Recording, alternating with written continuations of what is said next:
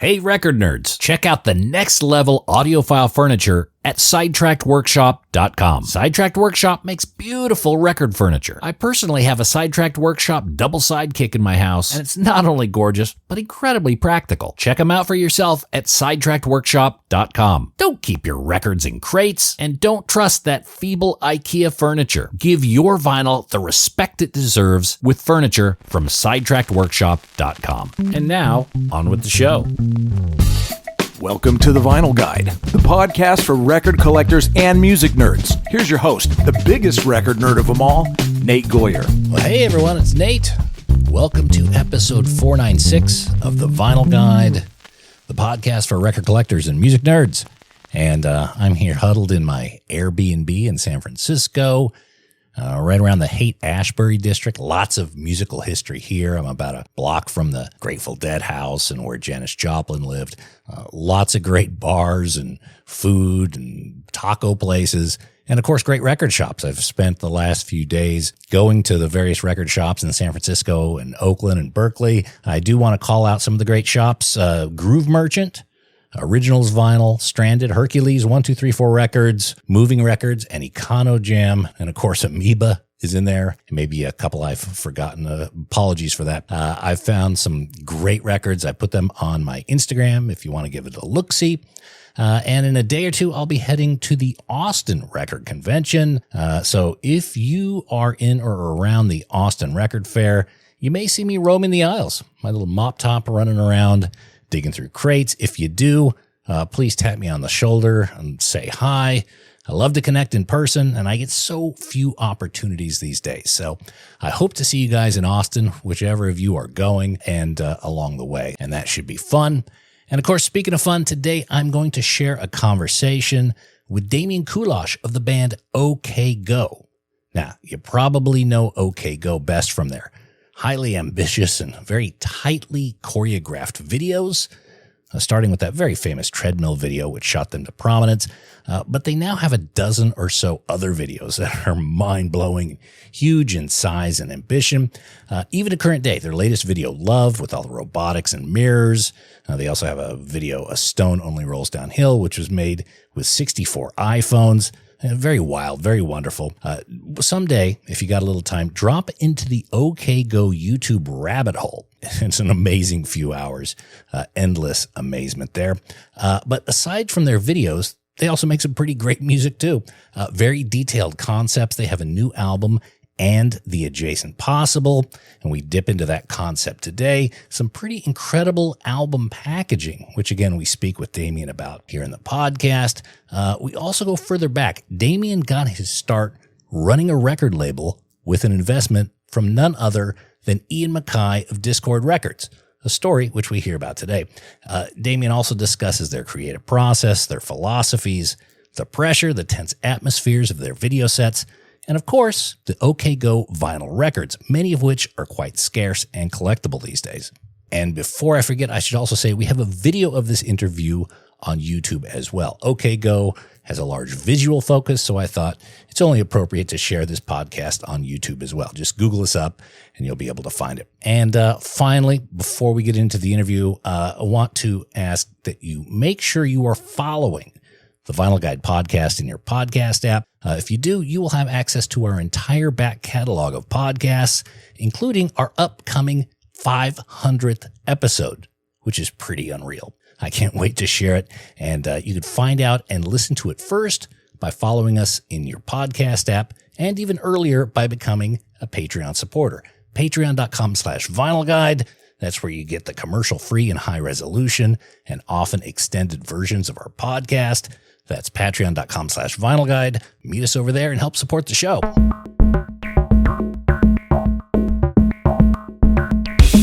And with that, let's parachute into Paracaduce Studios and chat with Damian Kulash of OK Go.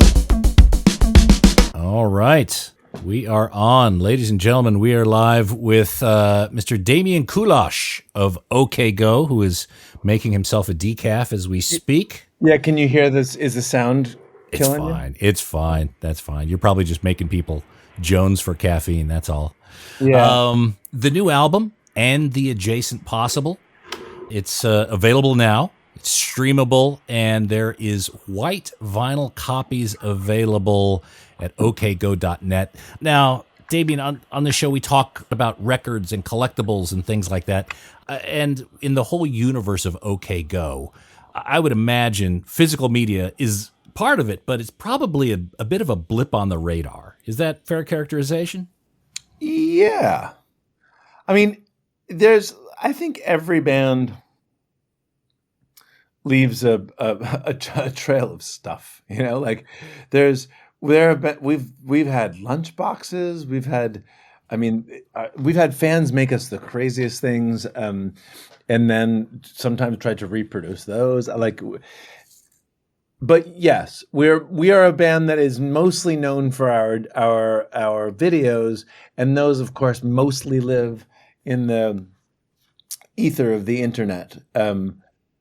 But I was a big record fiend when I was younger, especially for punk rock records out of DC where I grew up. And when I remember on our very first, when I was in college, I remember making albums. I had a CD that came packaged in 2 sheets of steel with a bolt through the middle of them. Mm-hmm. I was pretty into the physical for a long time. And and interestingly, our videos, of course, are all about a very tactile experience. Yeah. I'm actually surprised there hasn't been an OK Go video that has 1,000 records spinning at one point or something like that. Maybe that's something for the future. Yeah, exactly. Thank you. Now there will be. So when you say punk rock records from DC, I'm thinking Dischord. I'm thinking those sort of things. Okay, that's what you cut your teeth on. Yeah. What was your very first record? Do you remember? Yeah, it was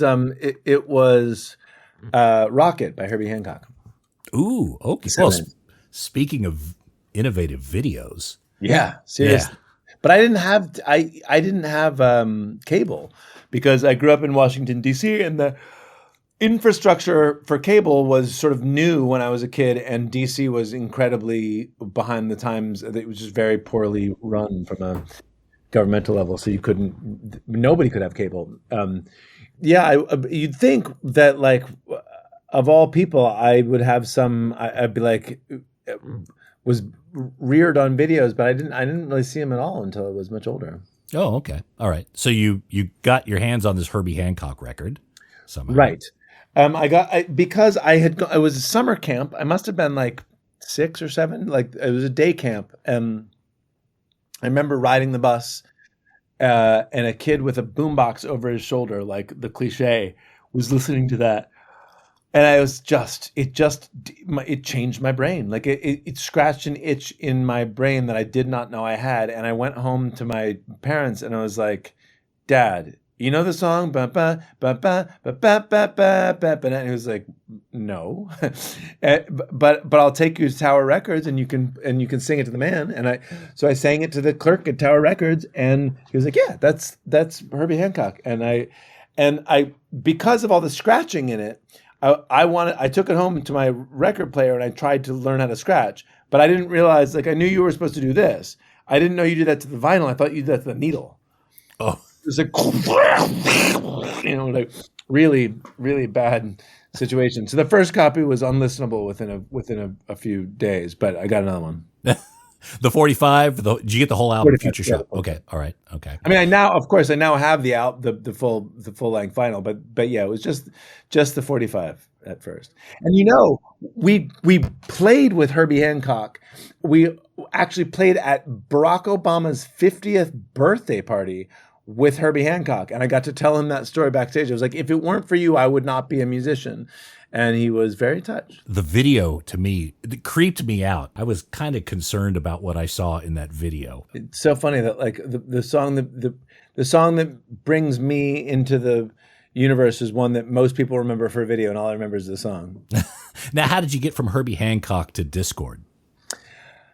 10 years. I grew up, I did the things I liked to do when I was a kid. I liked to paint and draw and play with Legos. And all of those you can do with a Walkman on. And so I did. And I listened to a lot of Run DMC. I listened to a lot of Prince. I listened to a lot of Depeche Mode. And You remember the Pretty in Pink soundtrack? Mm-hmm. Yep. Listened to that a lot, and a lot of Beatles, and that was, so it's like, and the pop music of the day, there's a lot of like Bobby Brown and stuff, and early hip hop. I was really really really into hip hop, and that, I guess, it sort of gave way. It started to get a little bit more like Led Zeppelin-y by the time I was 12 or 13. And then I went into high school, and DC was just so brimming with such incredible music that it was hard to miss. I mean, I'm sure it was. In fact, I think I remember the girl who was like, "You got to check out this band, Shudder to Think. You should check out Fugazi. You should check." It's like, but they were playing in our cafeterias. Like they were like playing at churches down the street and stuff. It was not all shows were all ages. All shows were $5. So like I went to. I would go to 2 or 3 of those shows a week, and by the time I was 15, I had started my own label, trying to be a little baby Ian MacKaye. I mean, Dischord is run, of course, by the singer from Fugazi, and before that, Minor Threat, who started the label so he could put out his own bands. And I walked up to the house where they ran the label, and I was just like, "Can I borrow some money to make a record?" And believe it or not, he was like, "Yeah, sure." No, really? Oh, so you knock on the door, the Discord house, right? Yeah. You went up those famous steps. Yeah. Knocked on the door. Ian MacKaye answers. Yeah, and he was like, I was like, do I have to sign anything? He was like, well, no, but I have about $5,000 that I rotate through the community to like help people start stuff like this. Do you want to be the kid who stops that? And I was like, that's all you. That's the only. That was the only assurance he needed, and he got his money back. Don't worry. Far out. So was this Level Records? It was. Wow, you've done your history. Okay. I mean, you've done your homework. So tell me a little bit about that. So you're what, 15, 16, something like that? Yeah, I was 14, 15. I think it started when I was 15, maybe in 16. And I mean, we put out a couple of 7-inches for my friends' bands, and a compilation, a CD that had like a, sort of side projects from a bunch of the Squirrel. Yeah. There's like, I was really, really into Shudder to Think, and we almost did a solo record for Craig Wedren, the singer. And I can't remember why it didn't happen in the end, but I remember being, by that point I had gone to college, and I remember being in my girlfriend's NYU dorm, working on the album cover with him, and I don't know. I can't remember why it didn't happen. Maybe, who knows? But well, you had a lot of things going on. Yeah, you were in college. I remember being such a little snot that I thought like that college would be that I was like I would be able to run a record label and be in college at the same time. And it turns out college actually takes a lot of work. Yeah, well, like Rick Rubin, he ran it, but he had to drop out, and who knows what happened to him ever since. Yeah, exactly. I wonder, maybe one day he'll get somewhere. So you're running this label. You put out some releases. You're trying to balance it all. What was the death knell of Level Records? I think it was college. I mean, it was just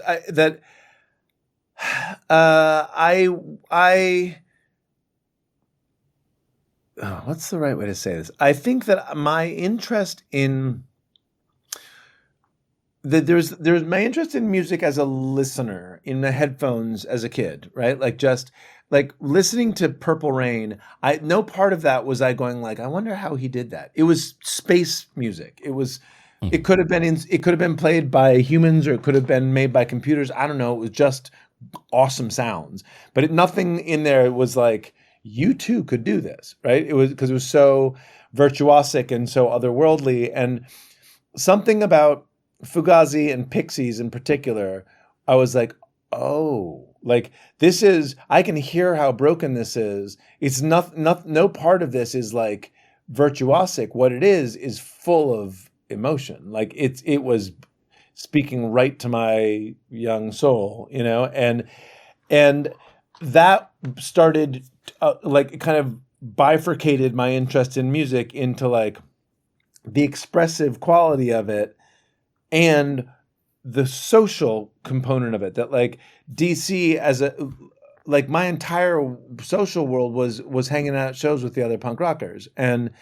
and so the idea of being like, we could make this stuff ourselves was both like, pick up an instrument and see what you can do with it. And also like, hey, I liked like that show you guys played was awesome. And I don't think you have a record out, right? Well, could I make that for you? You know, and like, and so there was a social component to it that was like engaging with the community. And by the time I got to college, I was in a whole different universe then. I was like, it was a different community, but also I was like, it felt, you just changed so much at that young age. Like, and I was just, I wanted to be looking forward, not back. And I didn't care about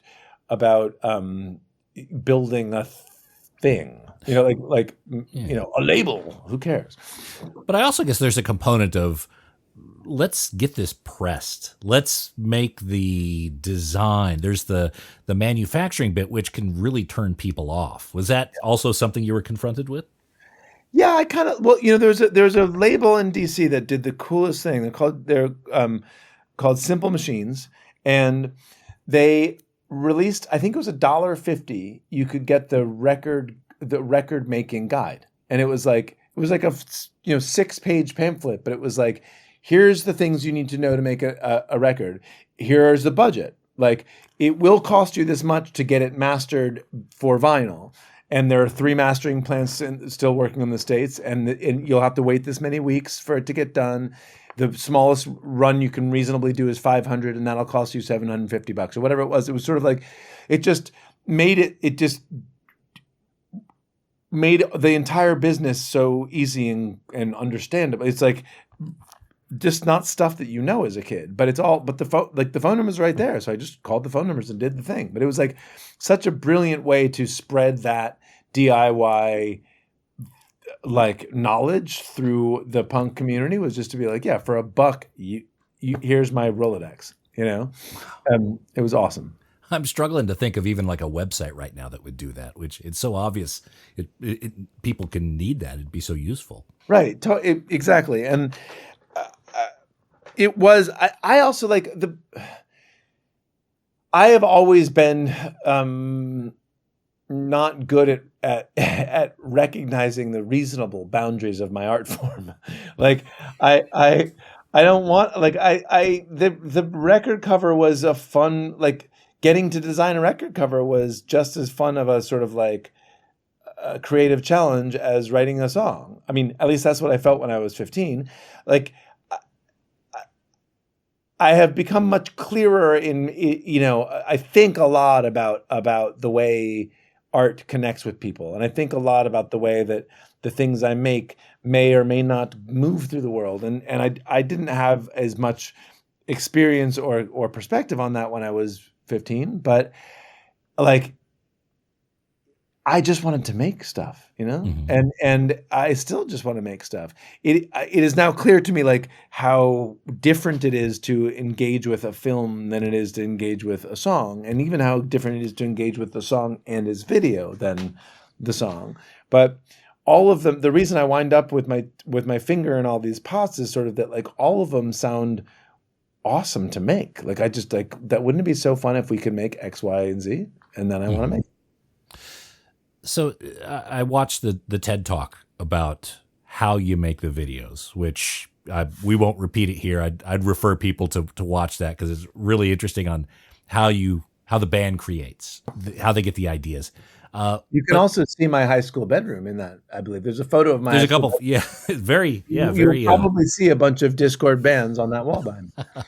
So when you were at college, did you have a backup plan? What was your major? What skill set did you exit college with? Well, I went to Brown University, and I majored in art semiotics, which is basically like cultural theory, or the way that art operates in culture. And that is not a career path. Generally.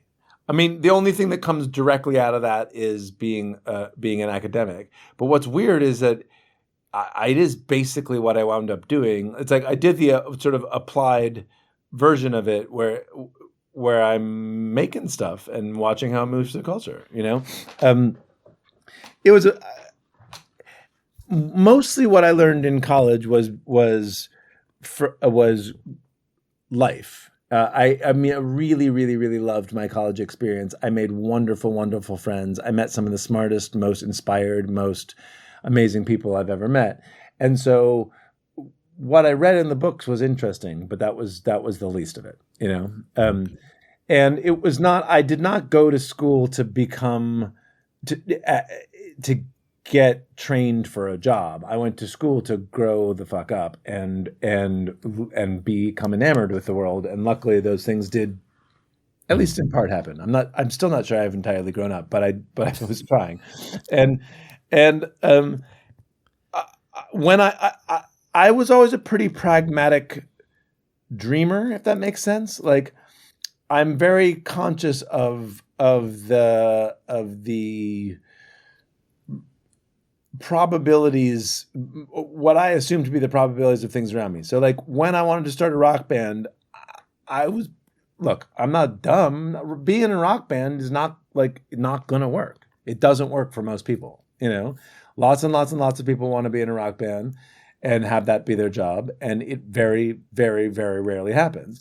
Doesn't mean you shouldn't try. It doesn't mean that like it's not a wonderful dream, but like that's not a life plan, So I worked as a radio engineer at NPR, and I worked as a freelance graphic design. I said graphic designer, but really it was like Photoshop retoucher. Like there was a digital stuff was just starting to happen in the ad world, like web advertising and that kind of stuff was just starting to happen in 1998 when the band started. And I had a lot of experience, in part because of the record label, with Photoshop and Illustrator. So I knew how to use the tools. And believe it or not, you could get paid $50 an hour back then just because you were good at Photoshop, because nobody else was. Mm-hmm.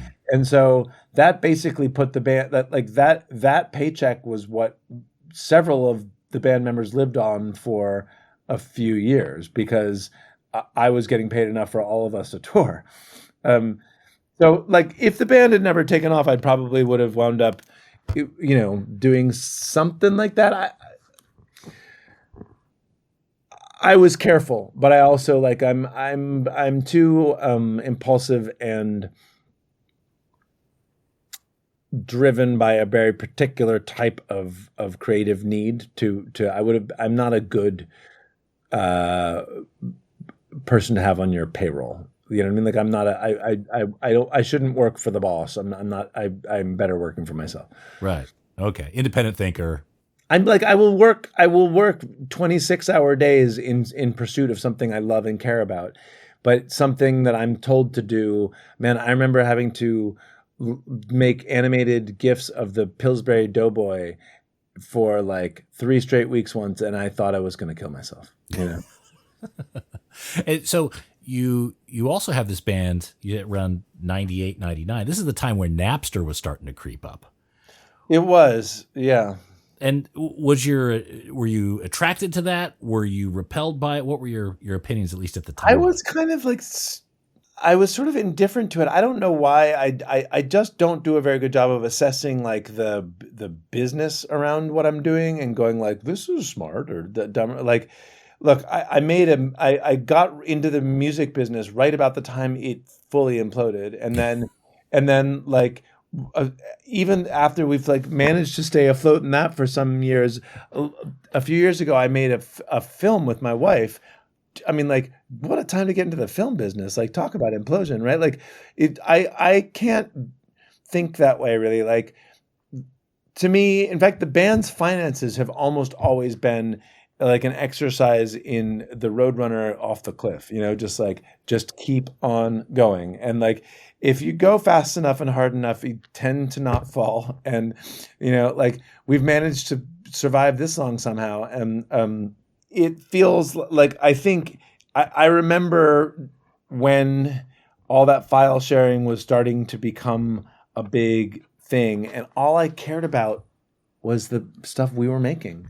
And it wasn't like I was the same way that like I'm told Metallica used to like force their demo tapes on anybody who would take them, and then 30 years later they're suing the pants off of anybody who won't pay them top dollar for their rights. Like every young kid just wants you just want your music out there, and like you're too naive and idealistic to think that there isn't something on the other end of this.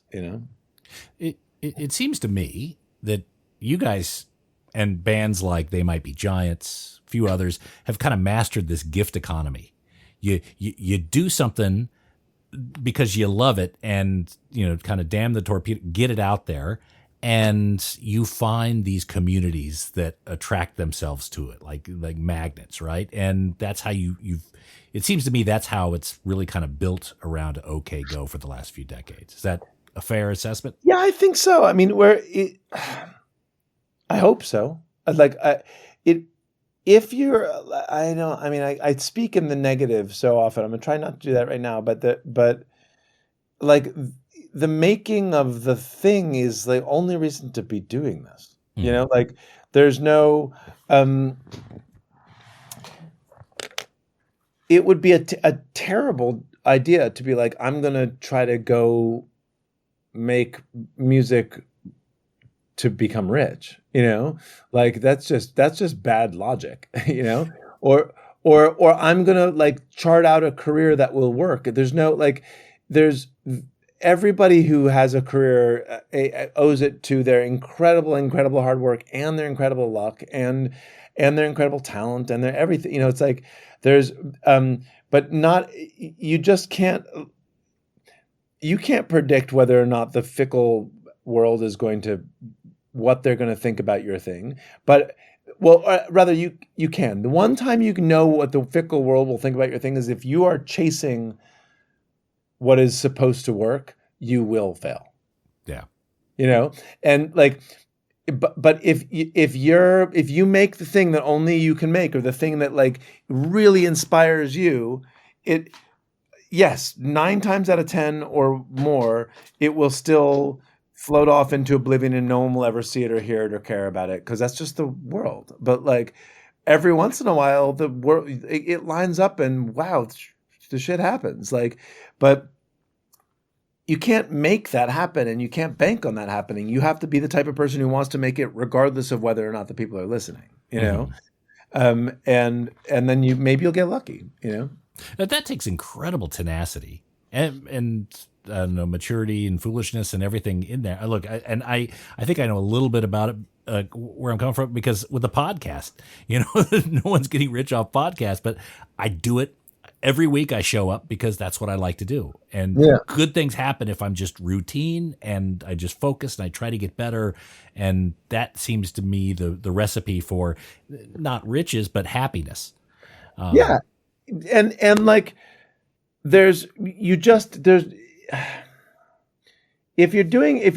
when you're young and you're chasing this, it's like the obvious math is that most opportunities don't go anywhere and you don't get that many of them anyways. So never say no to one, right?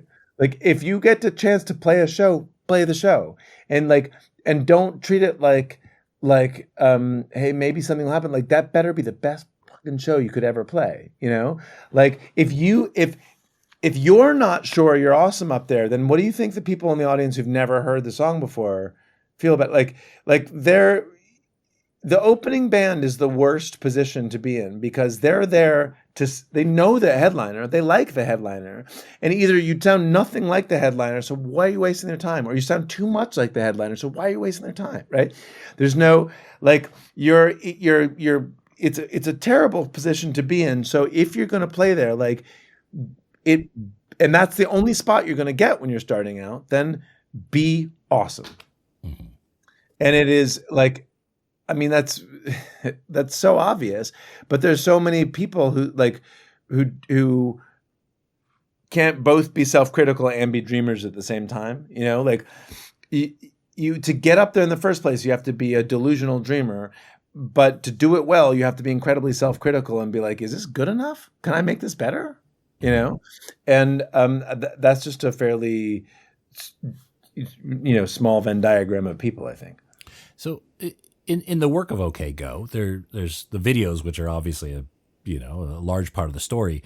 The music, do you feel sometimes the music gets a little bit lost in the story with the videos?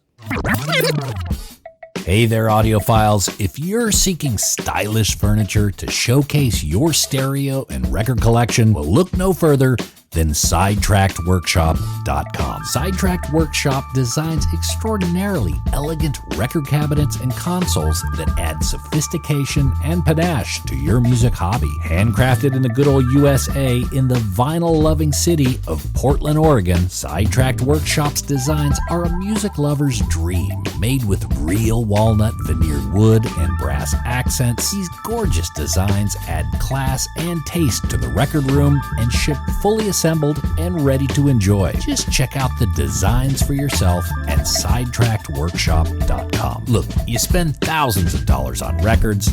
Don't keep them in a crate, and don't risk your records on those feeble wooden pegs from IKEA. Your music deserves the dignity of Sidetracked Workshop. That's SidetrackedWorkshop.com. Elegant solutions for the vinyl lifestyle. Oh, and hey, record nerds, don't forget to clean your records with the very best and safest record cleaner, the Groove Washer. Make your records look and sound their very best and store them with confidence using the new Groove Washer Groove Guard record sleeves. You gotta try this out. It makes a huge difference to the quality of your vinyl experience. Ask for the Groove Washer by name at your local record store and accept no substitutes. Or head over to groovewasher.com and use discount code VinylGuide10. All hail the Groove Washer. That's groovewasher.com, discount code VinylGuide10. In the work of OK Go, there's the videos, which are obviously a large part of the story. The music, do you feel sometimes the music gets a little bit lost in the story with the videos? Yeah. Mm-hmm. Because you work hard on it, and it's beautiful music on its own. It's just sometimes the visuals just seem to take the oxygen. I know, and that's my own damn fault, isn't it? I mean, look, we get this question all the time, and my sort of stock answer is that, from my perspective, like I love all the stuff I make. Like, why would I like? That's like being like, thinking that the love of your daughter is somehow undoing the love of your son. You know what I mean? Like they're like. I am so happy with the success of both parts, and the videos have allowed us. I mean, if I'm honest, like the videos, we've given us a thing to keep doing for 20 years that other bands don't get to do. Like that, most bands that had a radio hit in 2007 aren't here anymore, and we are. And videos have a lot to do with that because they've given us like our own little island in the music industry to build our own little thing on. And so almost everything about that is wonderful. And like when we make we just released a video for the song Love last week. And if you add up all the platforms, I think it's 6-ish, 7-ish million people have viewed it in the last few days. It's like there's no world in which there's a record I could put out that would have that kind of reach right now, And does every single person go and add us to their like Spotify library? No, but like we have this restaurant that's really, really famous for our extraordinary desserts. And we serve a mean ass steak too. And if a lot of people come for the dessert and never realize that there's a great steak around, like that's yes. Is it a bummer that they don't have more steak served? But like, we're not hurting for listeners, and that's the nice part. That's great. The new album, is there a theme to it?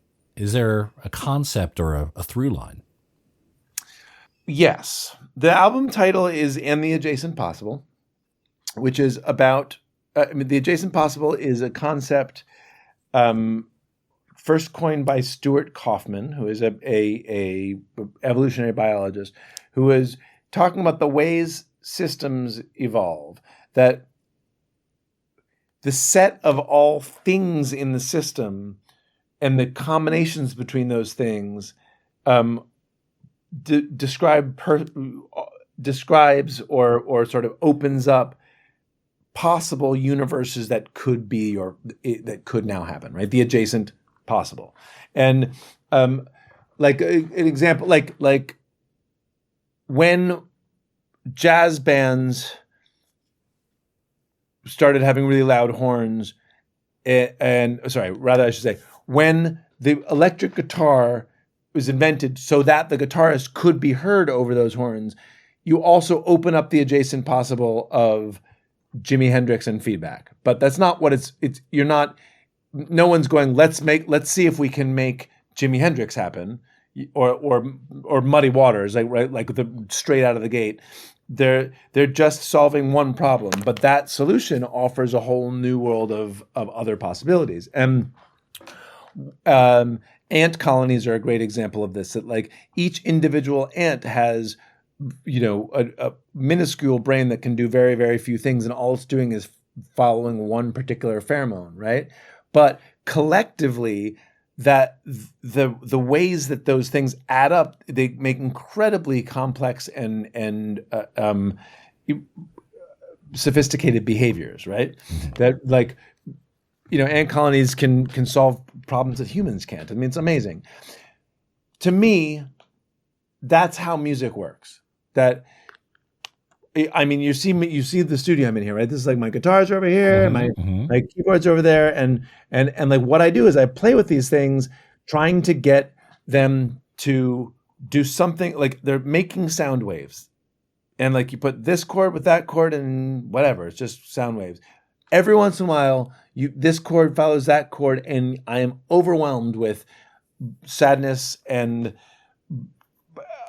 and lust and frustration and anxiety all at the same time. It's like this weird, crazy itch in your brain that you could never get at with words, and you certainly couldn't get at it like with sound waves, right? Like whatever just happened is this adjacent possible of human emotion that is somehow like these relationships between chords and beats and numbers does. That is sort of what underlies the record. That's how music making feels to me. That like we're not sitting down to go like, I want to write a song about being a father. It's that you find this ball of emotion, and that ball of emotion is obviously a reflection of yourself too, because those same chords might not do anything for somebody else, right? It's just like you find this thing in yourself and you're trying to figure out what that means, and that's where the lyrics come from. And so it's kind of like that. The meaning of the record itself felt like it was generated in this adjacent possible way, and within those lyrics, the sort of recurring theme to me is there's a lot of about trying to live in the present, and about how heaven and the good stuff in life is always ephemeral and sort of in your periphery. Like you can't look at it. It's not right. You can have it, you can be in it, but you can't hold it, and you can't grab it. You just have to be in the present. So do you have these conversations with the band? Once you start to kind of embark on these sessions, do you share this? Do you have this sort of dialogue? Yeah, I would say they tend to be after the fact more. That it's like usually what happens is we're playing with sounds and we're finding the songs, and then when it comes time for lyrics, I'm tend to do those more. I mean, the other guys are sometimes involved, but it tends to be more me at that point, and so then when I get into this heady space, it is more like I bounce the ideas off of them and figure out where it goes. A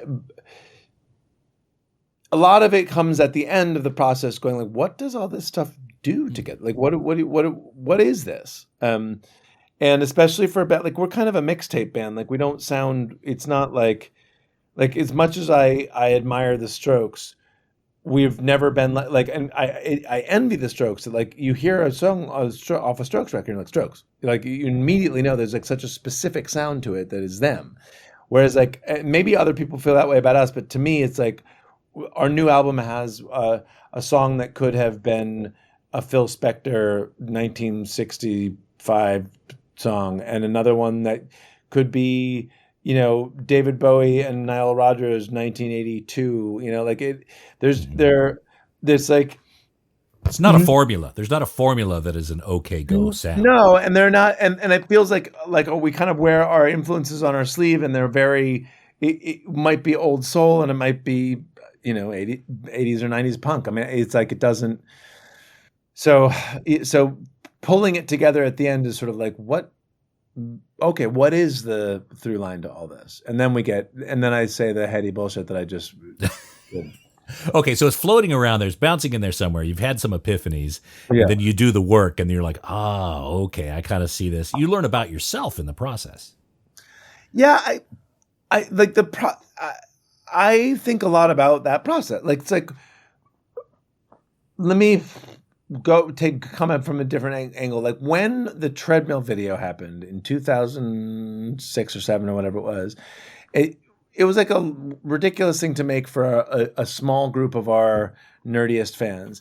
And then it exploded, and suddenly it's like on MTV and VH1 and we're at the Grammys. And it was immediately clear that like we're having the greatest moment, but also this is now going to be on your tombstone. Like, and that now you are a one-hit wonder, and your one hit is this ridiculous thing. And so it made us very introspective in terms of sort of like, okay, well, do you run from this and go like, no, we're too cool for it, like that was just a joke? Or do you like, why did that work? Like, what was interesting about that?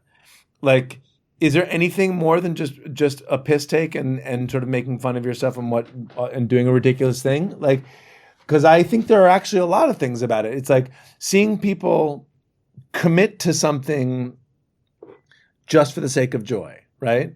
Seeing people do something entirely resourcefully and completely like where all that you're seeing is a creativity, and there's no filmmaking whatsoever, right? But also, what about like just this is the type of film that a band makes because we didn't even think about moving a camera, right? Like, we're not trying, like, anything that we could put on film would just be us doing a thing and you film it. But that's not how films are made. Films are made by like planning out the artifice that creates a fake world for you to live in. And like, since that time, it took us a while to like be able to articulate this to ourselves, but it was like, that's the through line, is like, oh, we're just trying to make events that it's very hard for people to be an audience for, but we can have a camera for that, right? So we'll make like a really, really insane world of kaleidoscopes controlled by robots that can only really be seen by this one path. But the purpose is like, it's real, and you can feel that it's real. And sorry, so coming up the way what I'm getting at is like that getting to that, that's not a natural jump from where we're dancing on treadmills, right? Mm-hmm. But it's the only jump you can take if you don't want it to be like, yeah, we made a funny joke. Well, here it goes again, as I understand. It was held back because you didn't want to be pigeonholed from A Million Ways. A Million Ways was kind of that was the big bang, right? And then here comes the treadmills. Yeah, we're like, we don't want to do that again. Yeah, right. But totally, every album comes with not only the pressure to do more to grow as a musical artist, but also, okay, time for a video. We gotta raise the bar again. How is that for you? Because a lot falls on your shoulders on that. It's mostly a welcome challenge and a welcome opportunity. Like, it's not.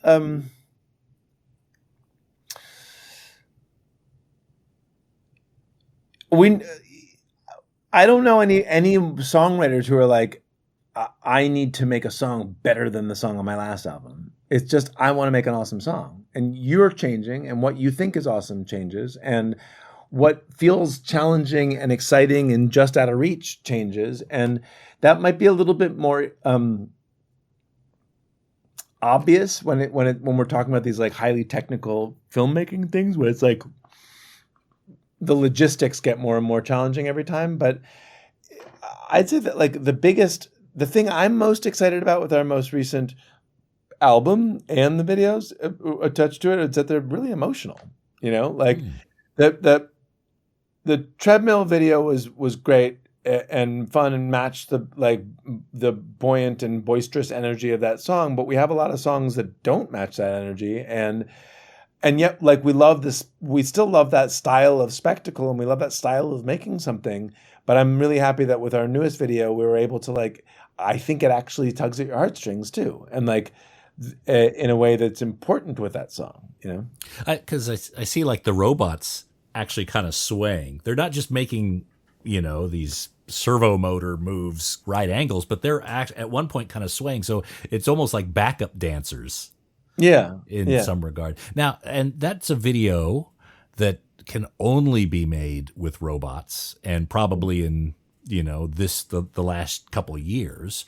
I would imagine that you've had ideas about technologies that are maybe a little bit out of reach now, but 2, 3, 4 years, you'll be there. Do you have ideas like that you're looking at in the future, waiting for technology to catch up?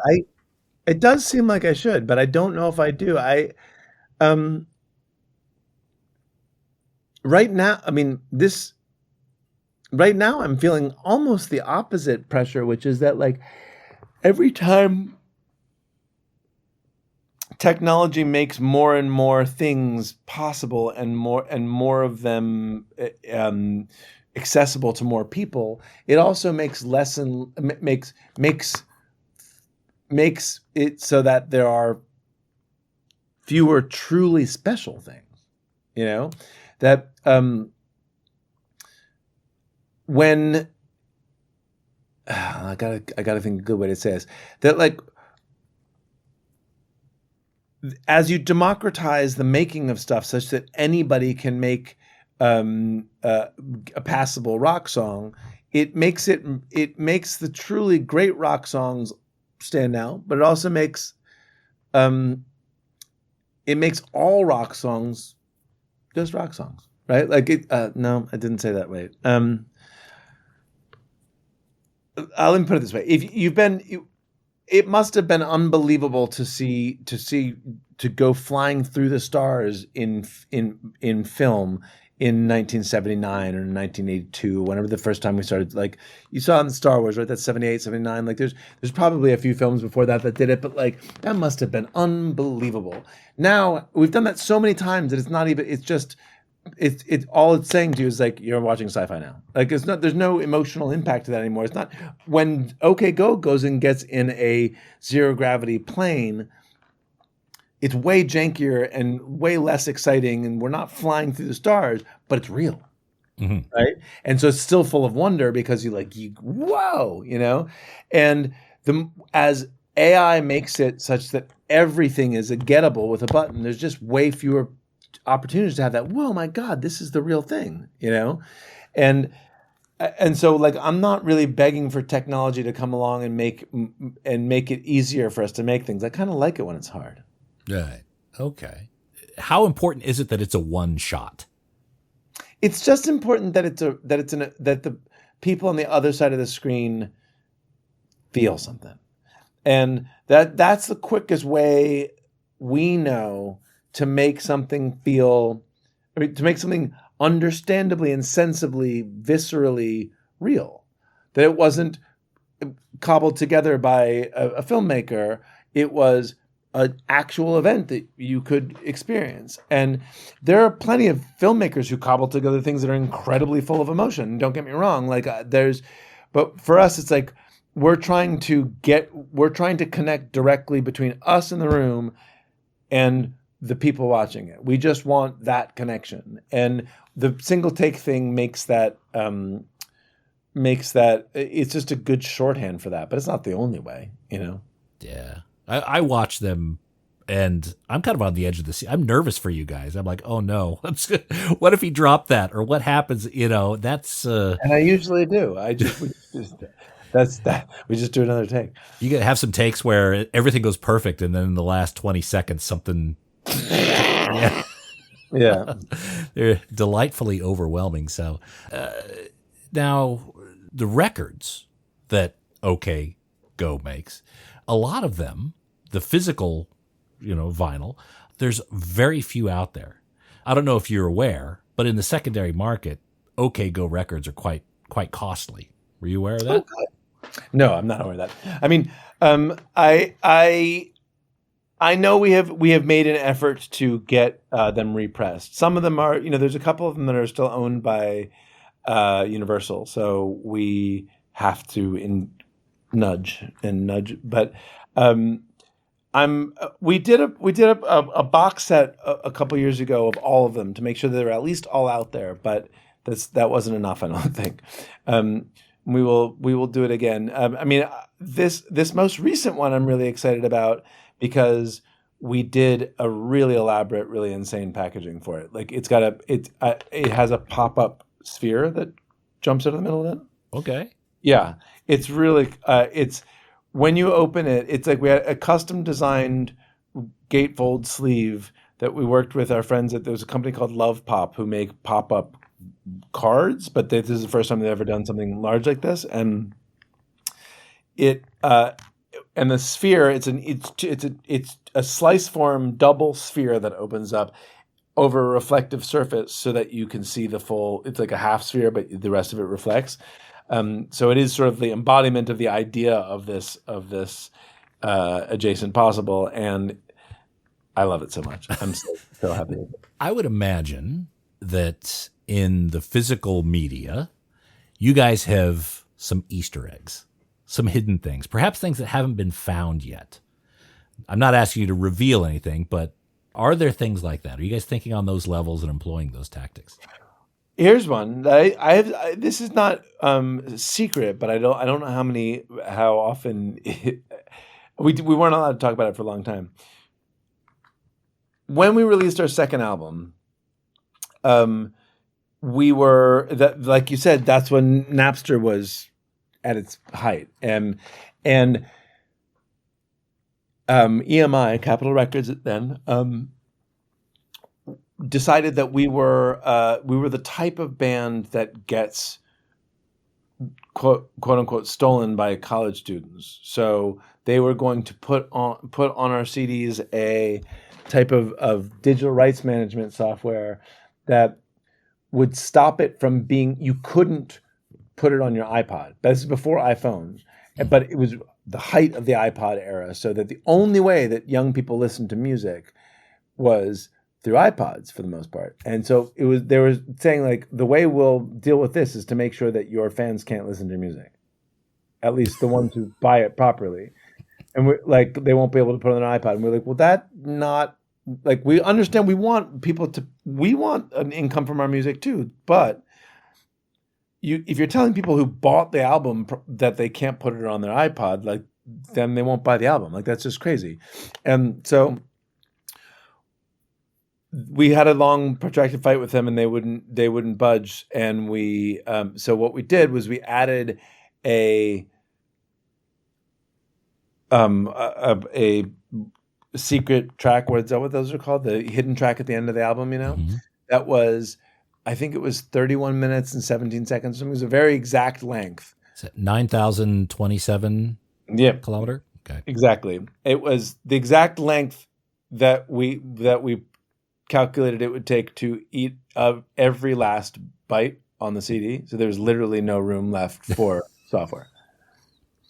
And we had to make the exact right, and the reason it's called 9,027 kilometers is because the story we had to give the label is that it was a recording of my wife sleeping, or my girlfriend. I can't remember if we were married at the point, but and what we said was that she had sent it to me in Malmo, Sweden, where we had recorded the album, because we had recorded the album there. But I was like, I thought it was the most beautiful love letter I've ever gotten. Blah, blah, blah. But that's the distance between Los Angeles and Malmo, Sweden. But is 9,027 kilometers. But they never figured out why the software wouldn't work. They were like, we tried it, we just couldn't. I don't know, for whatever reason, it won't work. And they gave up. Okay. So that's the background. It's not on the vinyl version for obvious reasons. Yeah, okay. You'd need a triple vinyl for that. So Paradoot, am I saying that right? Paracaduta. What does that mean? What's the definition of that word? Sorry, I can't even. That is the word for parachute in Italian. I remember being on tour in Italy, and I used to ask. I would ask the promoter's rep to help me say, learn a few words in language to say when I went on stage, like, I'm sorry, I don't speak Italian. I'm just a stupid American, that kind of thing, but in Italian. But I would also be like, what is your favorite? Do you have a favorite word? Like, I love the word pamplemousse. Like, what a wonderful word that is, right? But and I remember the young woman in Italy who I was asking this was like, oh, easy. It's paracadute. It's like, what a beautiful word. It means parachute. But on the morning we left Capitol Records, it was like, you guys, we just got out of our record contract. That means we have to start a record label. What do you want to call it? And I was like, well, what's my favorite word? And then I remembered that conversation, and I was like, oh my God, and it means parachute. That's exactly what we need right now. It's our parachute. Paracadute. So our record label is called Paracadute. Okay. All right. And I would imagine that does all the pressing. That's the production company. Obviously, things are working a lot better running things on your own than with a major label. It fits our model better. Like, we're not. You couldn't run a label with a band that wanted to make expensive videos like ours. Every band couldn't do that. It's not a wise. Rather, it is not a replicable model that you could generalize for every band, but it's great for us, and so we're able to build our model around the things that work for us and not worry about the other ones. And the new album is the first one in 10 years, I think. Yeah. Do you see that as kind of the ongoing album cycle now for you guys, or was this just a short break that kind of kept extending? It was a short break that kept extending. It was a short break because our guitarist was having kids, and then I was having kids, and then there was a pandemic, and then I made a movie, and then it had been 8.5 years, and it was like, oh God, let's get this out. And now it's been 10. We didn't mean to make it, to take so long off, and I hope we don't take so long off again.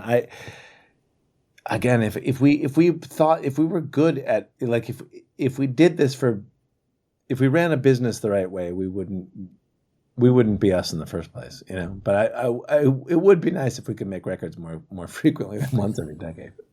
Did you find yourself kind of backing up with songs? Do you have a lot of ones that you haven't? We have a lot of stuff that hopefully could become another record. What we found ourselves able to revisit things, which was really nice. Like, we started a bunch of this before I made my wife and I directed a film for Apple called The Beanie Bubble, and that took 2 years. And before that, about half of this record was in process. It wasn't all written, it wasn't all recorded, but we had a bunch of it underway, and we could come back to it later and like have a completely new perspective on it, which was a really big gift. Like, the Beanie Bubble. It Bubble, was kind of amazing to always be one album ahead of yourself. Like, I would love it if we had another one in the can that we could wait for 2 years so I could actually see how much we wanted to change it by the time it came out. The Beanie Bubble, that was about the bubble of Beanie Babies. Oh, I didn't realize you were involved in that. I remember watching that and then looking at my records like, oh God, are these Beanie Babies? Your records have some intrinsic value. Beanie Babies do not. But I was never a Beanie Baby collector, nor was I.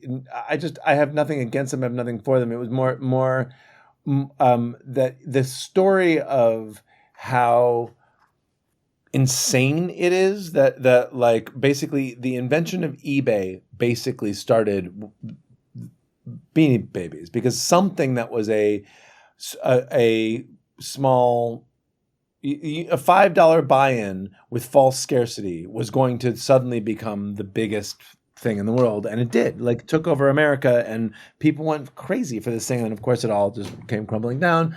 But in the meantime, this man who became extraordinarily wealthy from them, and we noticed that we had read a book about that story, my wife and I, and it was amazing how many threads of American insanity run through it, but it was really joyful and fun.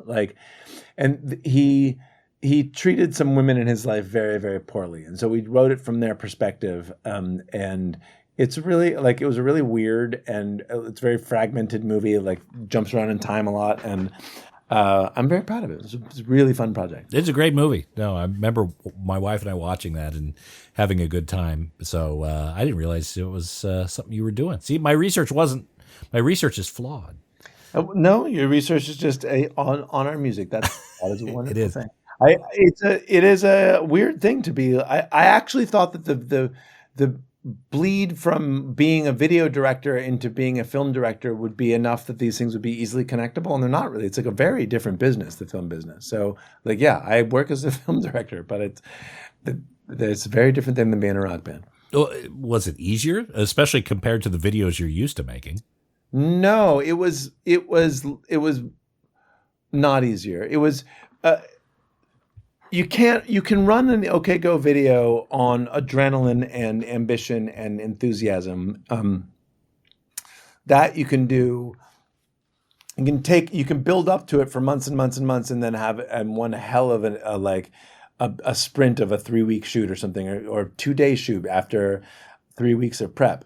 But you can't do that on a 50-day shoot with a film, and especially with a 500-person crew and a lot of amazingly talented people who know exactly how this is supposed to be done, because they're going to be working together as a team on your film. They're also going to be working together as a team on someone else's film 6 months from now. So Right.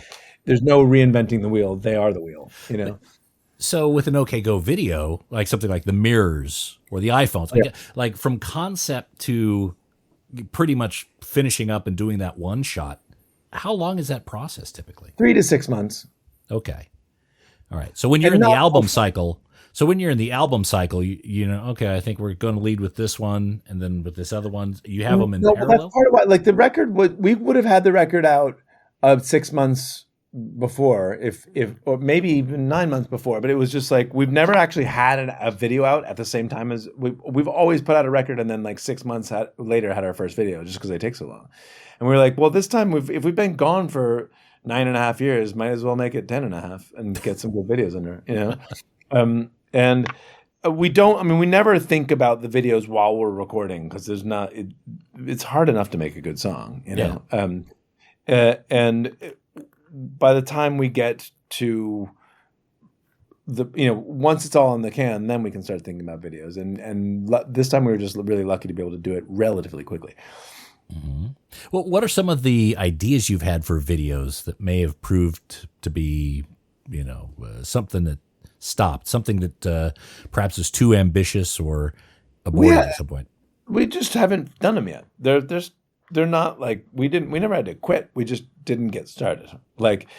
The ones that are too crazy to do are not. They're only too crazy to do with the time and budget that I currently have. Yeah. So they're nothing's dead yet. The only ones that have actually sort of died are ones where we didn't realize how much the excitement about this had something to do with technical restraints of the day. We tried to get Capitol Records to give us their building and let us put very put highly automated lights in all of the windows. Just for a couple of days, of course, not give us their building. So we could make a big a lo-fi screen out of the whole building and do a cool animation on it. In 2005 or 6 or 8 or whenever that was, that seemed like it would be it would blow your mind. Now it's every building in Shanghai looks that way. And I'm sort of glad we didn't do it, because I'm not sure it would have been anything other than I think once you figured out what was happening, you might be well, the next 2 minutes I'm just watching this, Right. Hard to know. But there are things like that I was once really excited about, where I'm oh, well, now that that's technologically easy, it's not actually that exciting anymore. And there are times in videos when we thought we had an idea that like in the video for A Stone Only Rolls Downhill, which is it's 64 single shots on 64 phones, laid out as like a big moving mosaic. I was sure that there would work really. We could do this cool thing where we like use people's bodies to recreate shapes of faces. And we worked so hard at getting this to work. We tried so many different tests and so many different technologies and so many different ways of lighting it and so many different, like we worked for months on it. And when we finally got something that was pretty close, it was like, okay, now this is working, and it is disgusting. It was like hideous. It was like seeing my face, but as like a fleshy elephantitis man. It was so gross. And so we had to pivot, but like, that is about as extreme as it gets. There's lots and lots of times when we're pivoting all along because all we're ever doing is playing to look for like this, exactly the same way you write a song. Like you're playing with the things to look for the moments that have feeling. When they don't have feeling, you keep moving. You know, It's not like a failure. It's just like every possible chord progression lives on those keyboards over there. You just have to find the ones that actually have movement in them. You know? It's not a failure. You just worked out one thing that wouldn't work. Yeah, it's just more. It's like the air in the room. It's like it's just everywhere. And then every once in a while there's something that is magical, and that's not everywhere. Yeah. You know? Well, look, I want to be respectful of your time, Damian. I really enjoyed this conversation, and I really enjoy the work of OK Go, and it's so inspirational that someone out there is reaching where you guys are reaching. Thank you. We didn't even get into like of the blue color of the sky, the patterns and the codes that you guys have on the records there. Again, another fascinating concept that just shows how deep you can go if you really want to. So, thank you. Mate, Thanks, well done. And I hope you guys are at some point going to be playing Australia. Do you know? We will. If that's it? Okay. It will likely be 2026, but we are going to do it. Excellent. Be well. Thanks again. And You too, man. Keep doing what you do, man. I will. Thanks so much. I really appreciate it. Okay. Cheers. Bye-bye.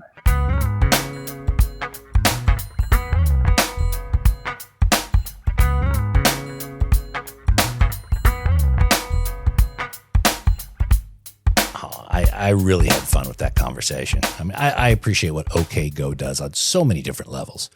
And great to finally get some of those questions answered there and learn some of that history.